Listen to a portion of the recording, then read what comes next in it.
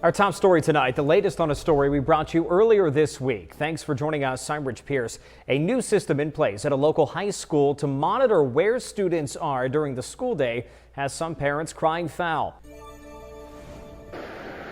Kate, about 15 minutes ago, things really started to wind down here outside the Millsop Community Center. But right after that, some members of the Native American community locally here from Weirton just came to the rally. And we're going to pan over and just take a look at them now. And they've been engaged in a discussion with Michael Keffer. Keffer, of course, is the one who organized this rally.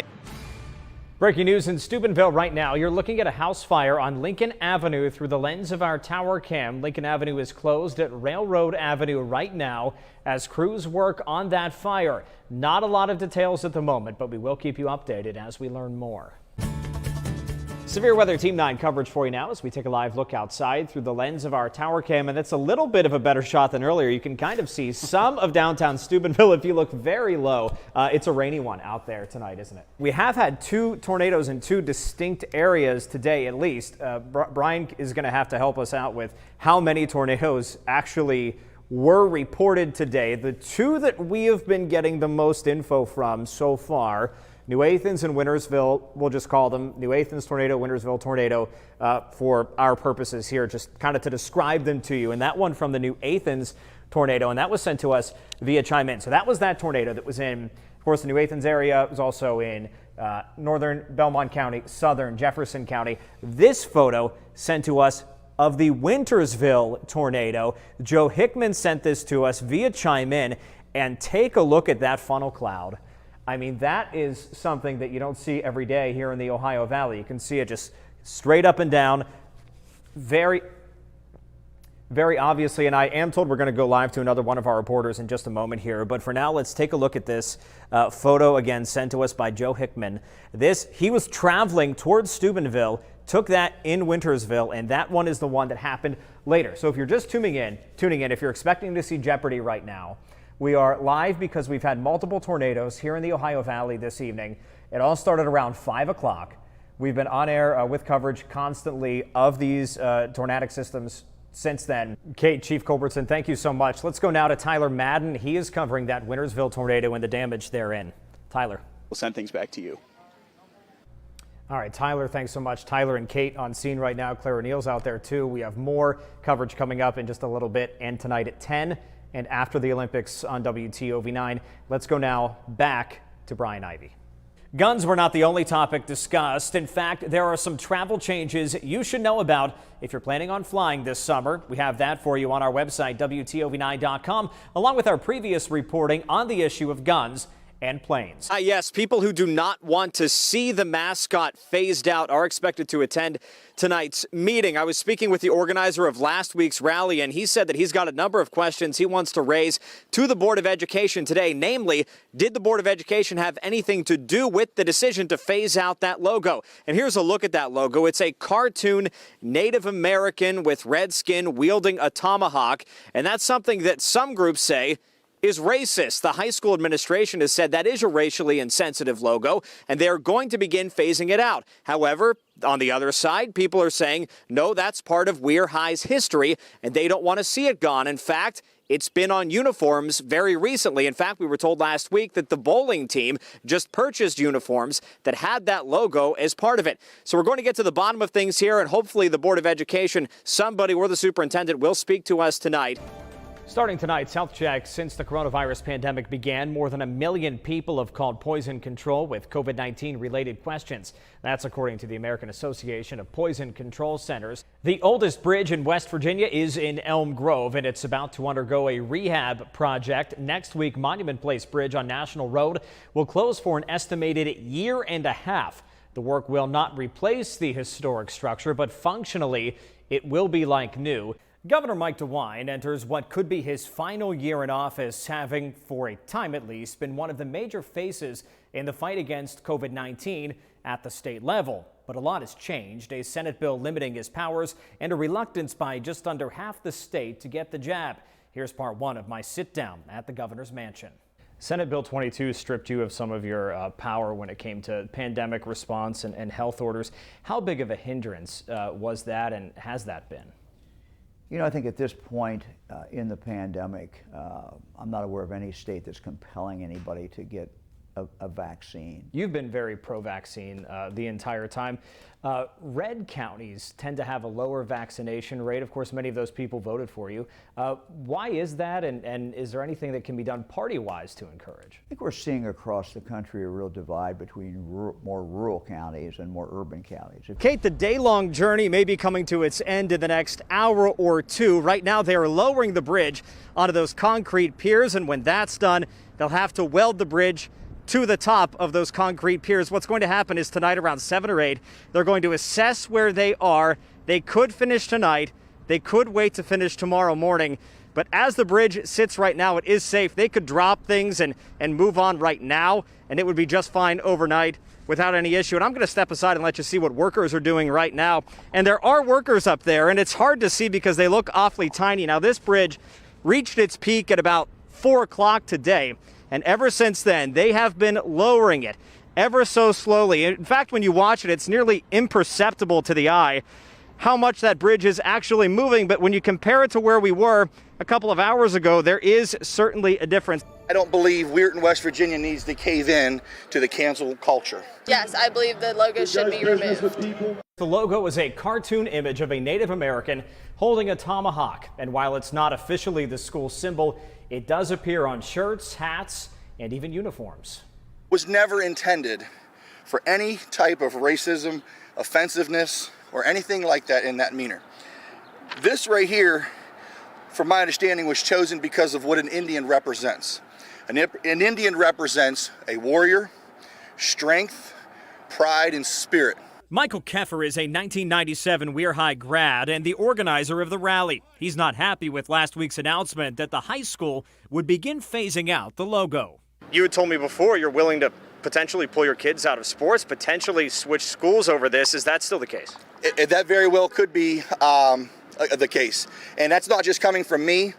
There's a lot of upset parents. The cause bringing dozens to the front steps of the Millsop Community Center.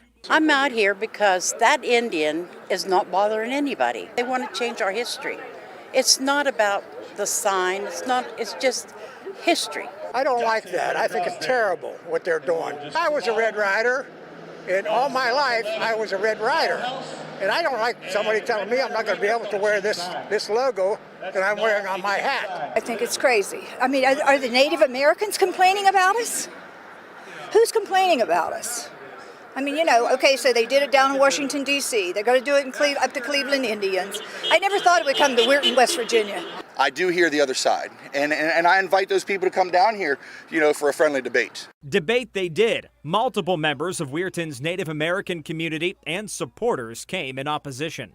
There should not even be a question that this image this gentleman is holding is 100% racist imagery.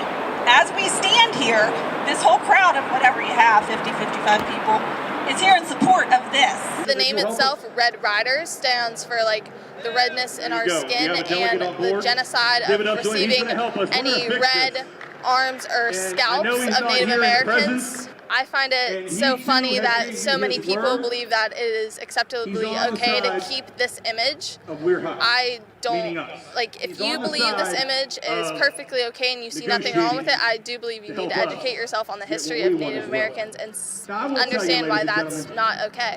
Supporters of the logo say it's not just the decision, it's how it was made. They believe the community should have played a bigger role. West Virginia 1st District Delegate Mark Zateslo agrees. I just heard him over the weekend, just from Facebook. No, there was no discussion, no conversation, no anything. And no sides were given for it. And I think that's unfortunate.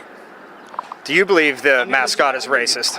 Do you believe the logo is racist? I believe that the mascot, the one that he held up, I could see that being offensive.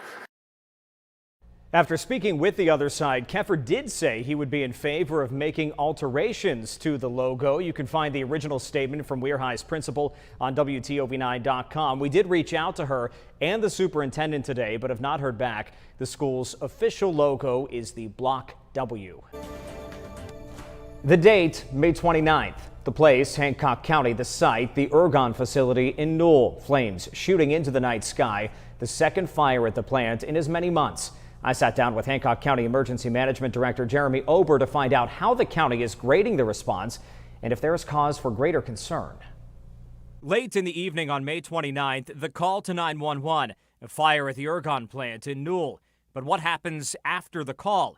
Jeremy Ober is the director of Hancock County's emergency management. Representatives from the particular company or plant will be involved, the sheriff, the fire chief of that designated area, and they will have a group between them that is incident command team.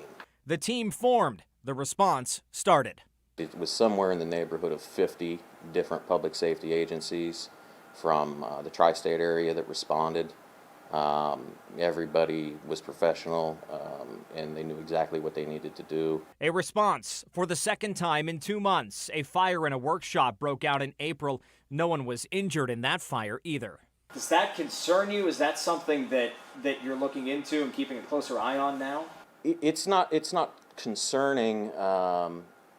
They're two isolated, separate incidents.